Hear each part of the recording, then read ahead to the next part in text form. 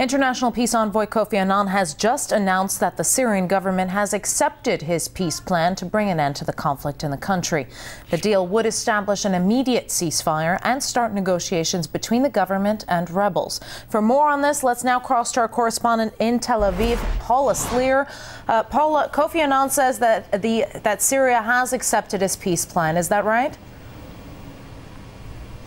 Well, we're certainly hearing that. The latest reports are that the former head of the United Nations, Kofi Annan, says that Damascus has accepted his proposals to bring about peace in Syria.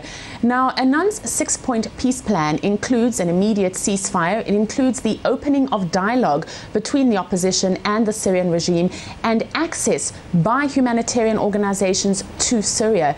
Annan is currently in Beijing, where he is meeting with the Chinese leadership. And here, too, China has indicated that it will in the coming days lend its backing to Annan's proposal. And this is something that Moscow has already done for some time and called on the international community to do.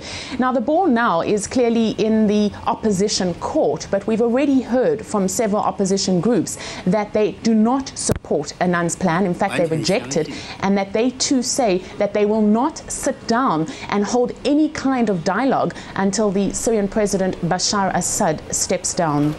And what of recent reports of Syrian troops fighting rebels on the country's border with Lebanon?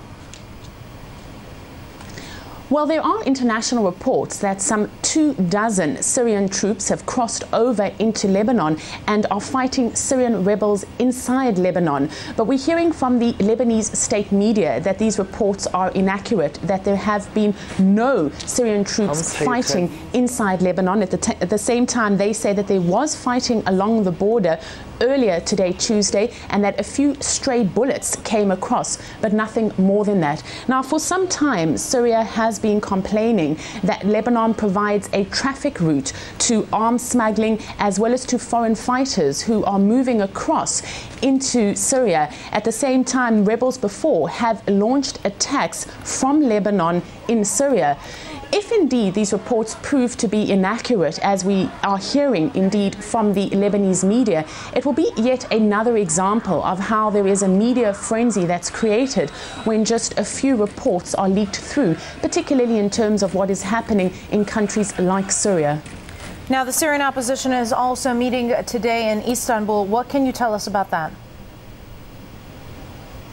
There is a meeting underway in Istanbul in Turkey by the various factions of the Syrian opposition, and the goal of this meeting is to really try and iron out the differences, because the opposition is notorious for having wide differences amongst the various members of its ranks. The opposition was invited by Qatar and Turkey, who hold the rotating chair of the Arab League, but really there is a lot of skepticism whether or not today's meeting will achieve anything, because, as I say, there is just such big differences between the various opposition groups of Syria.